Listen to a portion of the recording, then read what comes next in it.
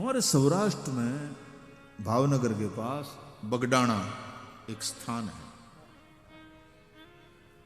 वहां एक बड़े ही अवधूति दशा के एक साधु पुरुष हुए बजरंग दास बापू।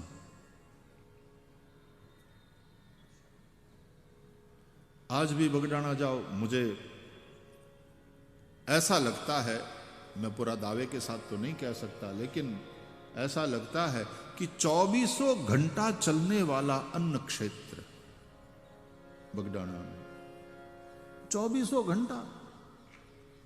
रात में 1:30 बजे 2 बजे भी कोई आए तो कहे यार भोजन के लिए बैठ जाओ, भोजन तैयार है। अरे रात में 1:30 बजा है, 2 बजा है, तो बोले फिर चाय कॉफी दूध क्या लोगे?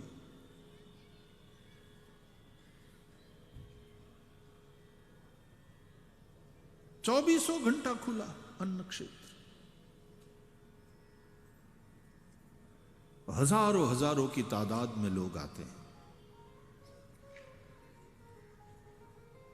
एक समाधि के आनंद में रहने वाले बजरंग दास बापू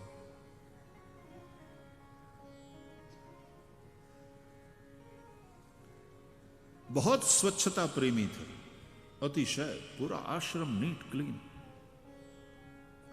दूसरा, पर्यावरण प्रेमी थे।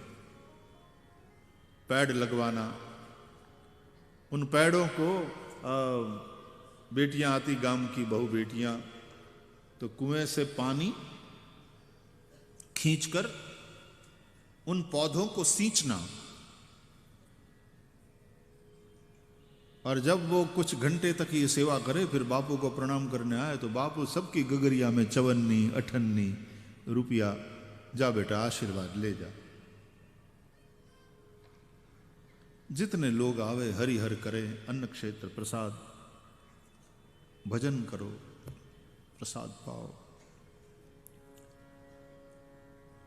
लेकिन बजरंग दास बापू ने, मुझे जब तक जहां तक स्मरण है, 2 बार, एक बार भी नहीं, 2 बार, शायद 2 बार, हाँ? 2 बार ना, 2 बार। जब भारत का चाइना से युद्ध हो रहा था एक बार, तब उन्होंने सब लोगों को बुलाया और कहा कि भाई देश को जरूरत है और ये आश्रम बेचना है, नीलामी करो, बोली लगाओ, जो सबसे ज्यादा बोली लगावे उसको ये सब सौंप दो। आश्रम बेच दिया, बोली लगाई गई, जो सबसे श्रेष्ठ बोली थी वो सारा का सारा पैसा राष्ट्र की सेवा में सौंप दिया। ये राष्ट्रभक्ति। तो राष्ट्र प्रेम, प्रकृति प्रेम, मानवता के लिए प्रेम, इन संतों का एक महान संदेश कि साधु को ये सब रख करके क्या। और फिर भक्तों ने इकट्ठा होकर के, नहीं बापू आश्रम तो नहीं, फिर आश्रम।